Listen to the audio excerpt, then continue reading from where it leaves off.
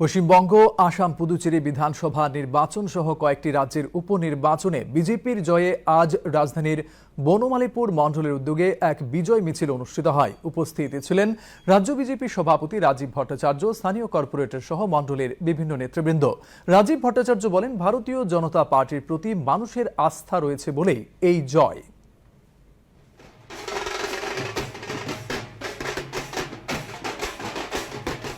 পশ্চিমবাংলা তার পাশাপাশি আমাদের আসাম, পন্ডিচেরিতেও ভারতীয় জনতা পার্টির সুবিশাল জয় হয়েছে। এই জয়ের উল্লাস আমরা আমাদের ভারতীয় জনতা পার্টি ত্রিপুরা প্রদেশের তরফ থেকে গতকালকে আপনারা দেখেছেন, গত পরশুদিন আমরা রাজ্য স্তরে বিজয় মিছিল করেছি এবং আমাদের প্রত্যেক মণ্ডলেই আমাদের এই বিজয় উৎসব, এই যে আমাদের ঐতিহাসিক জয়, সেটাকে সাক্ষী রেখে আমাদের বিজয় উৎসব চলছে।